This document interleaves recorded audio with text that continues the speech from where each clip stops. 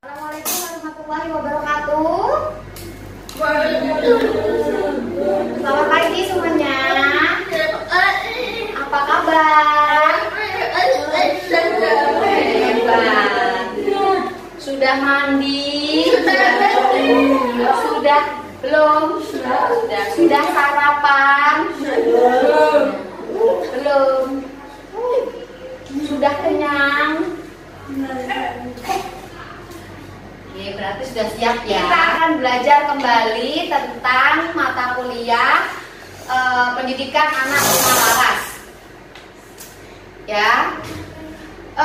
Semester ini apakah Bu Husna yang mengajar?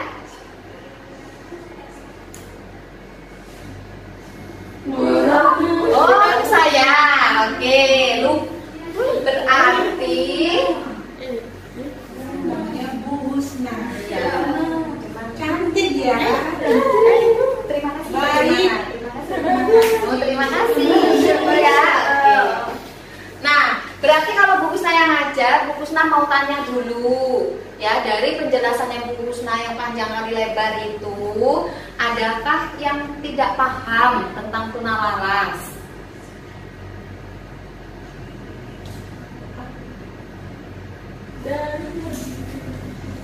Tidak ingat. Oh, tidak ingat. Ya. Ada yang kurang paham? Belum. Nah, berarti tugasnya kita di hari ini adalah mengulang kembali. Ya, mengulang lagi apa itu anak tunalaras, karakteristiknya itu seperti apa ya.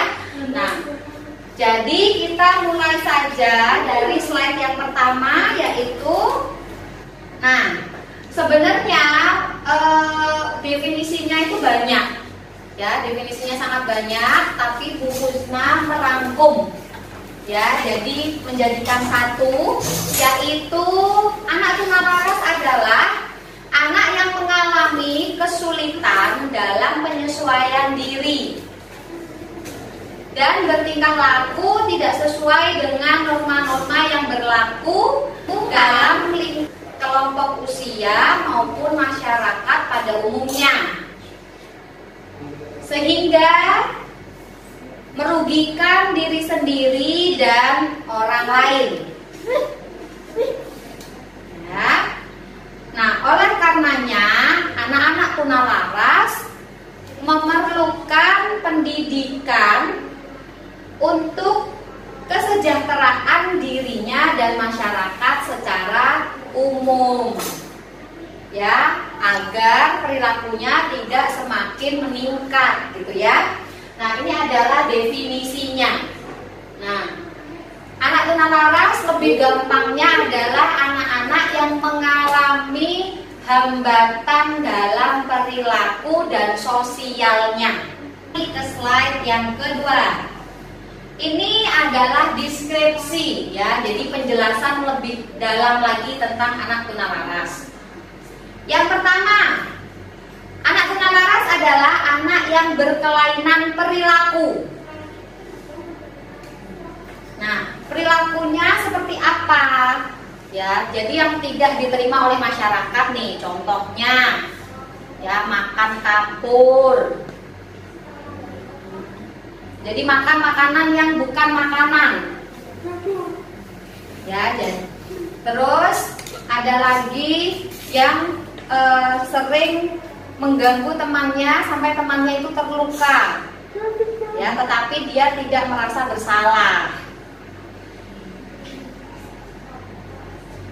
Itu contoh-contohnya kelainan perilaku. Terus ada yang kedua, mengalami masalah intrapersonal. Intrapersonal dan interpersonal yang ekstrim, sehingga kesulitan dalam menyelaraskan perilaku dengan norma yang umum berlaku di masyarakat.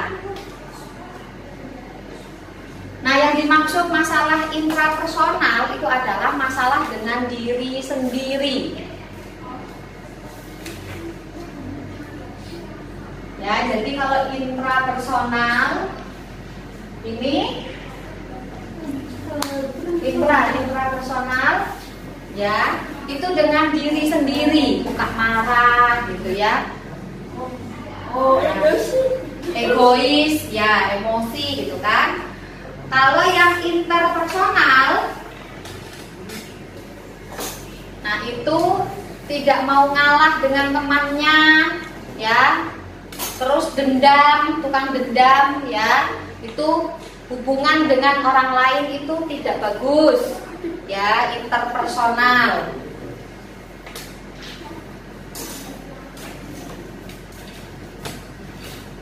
Yang ketiga, anak yang mengalami gangguan hambatan emosi, ya. Anak tunalaras deskripsinya adalah anak yang mengalami gangguan atau hambatan emosi sehingga tidak dapat menyesuaikan diri dengan baik di lingkungan keluarga atau sekolah. Ya, jadi hubungan tidak baik, ya, baik dengan guru ini atau dengan ayahnya, mempunyai kebiasaan melanggar norma yang berlaku di masyarakat. Contohnya mencuri, melanggar norma, ya, melanggar norma.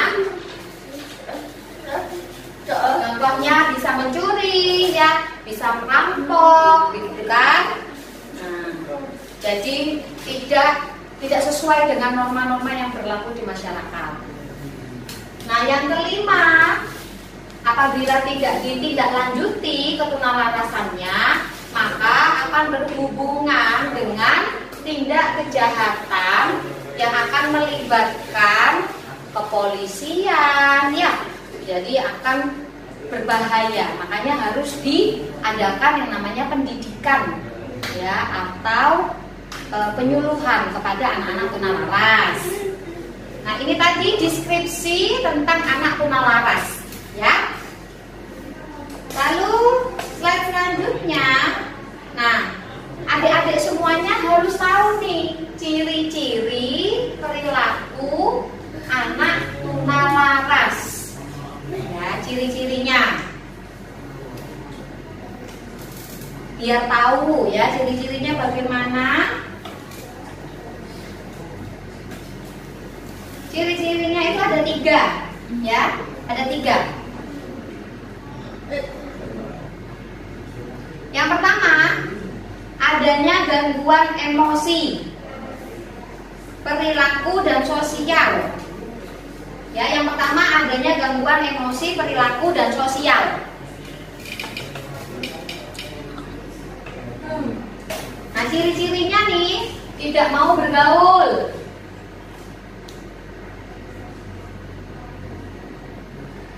suka menyendiri,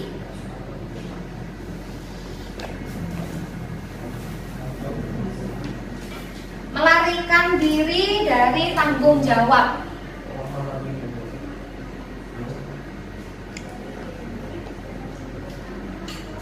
lalu suka menipu, ya, suka berbohong dan berdusta, ya, jadi tidak jujur, gitu ya.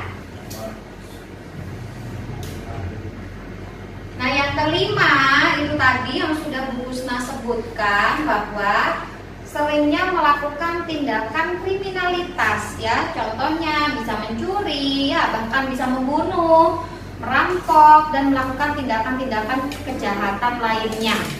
Nah, itu tadi perilaku anak tunalaras yang berhubungan dengan gangguan emosi, perilaku, dan sosial, ya, contoh-contohnya. Lalu yang kedua, ya, itu tentang rasa rendah diri yang berlebihan. Nah, apa bedanya rendah diri dan rendah hati? Ayo, ada yang tahu? Apa bedanya? Apa? Rendah hati apa? Sama rendah diri. Apa bedanya rendah hati dan rendah diri? Hati adalah, ya, sebuah perilaku, ya, tidak menyombongkan diri. ya, menghargai orang lain. Oke, jadi contohnya ya, saya menghargai Bu Tati, ya, jadi tidak sombong. Walaupun saya lebih cantik dari Bu Tati. Dulu waktu Bunda Tati masih muda sama cantiknya. Jadi rendah hati, ya, semuanya harus punya, ya. Jadi tidak sombong, ya, baik hati, ya, saling menghargai. Jadi rendah hati semuanya harus punya. Nah, ya, harus punya rendah hati. Paham?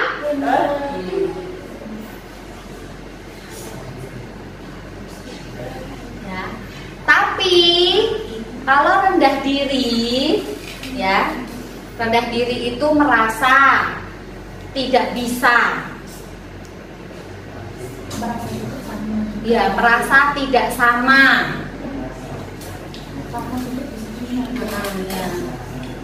Terus minder itu merasa dirinya rendah. Tidak boleh, ya, karena ya setiap orang punya kelebihan. Ya, kita tetap bisa berkomunikasi, ya, walaupun adik-adik, ya, diberikan oleh Allah tidak bisa mendengar, tapi punya kelebihan, ya. Jadi adik-adik ini hebat, ya, luar biasa. Jadi tidak boleh rendah diri, no, ya. Kita semuanya sama, ya, sama.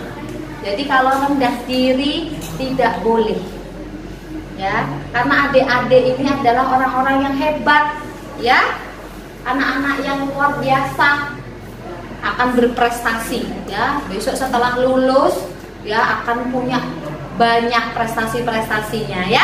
Oke? Jadi rendah diri itu tidak boleh, ya. Kalau rendah hati itu wajib, ya. Paham? Mengeluh, oke? Gak boleh.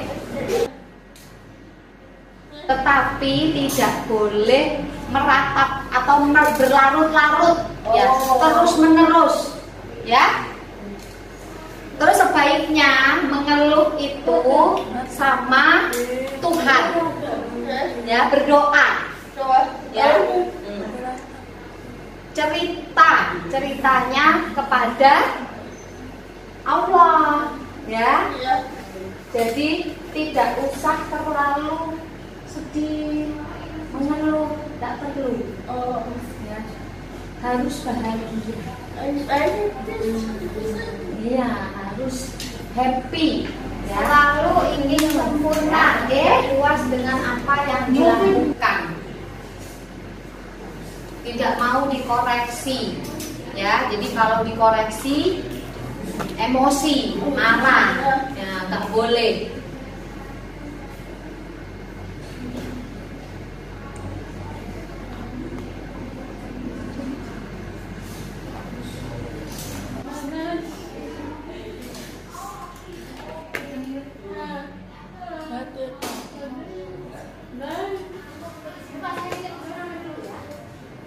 Rendahkan harga diri, ya, jadi gampang murung, jadi cepat tersinggung, terus sukanya sakit tapi dibuat-buat, aslinya nggak sakit, gitu, ya.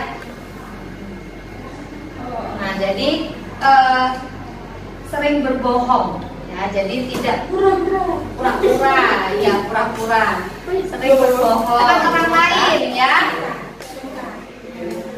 Dan melakukan melakukan tindak-tindak kejahatan. Sehabis ini akan dilanjutkan oleh Ibu Lail. Nah, jadi adik-adik semuanya harus tetap semangat ya, dan tetap fokus ya untuk belajar. Oke, sekian dari Bu Husna. Terima kasih. Assalamualaikum warahmatullahi wabarakatuh. Sampai berjumpa lagi ya. Dadah.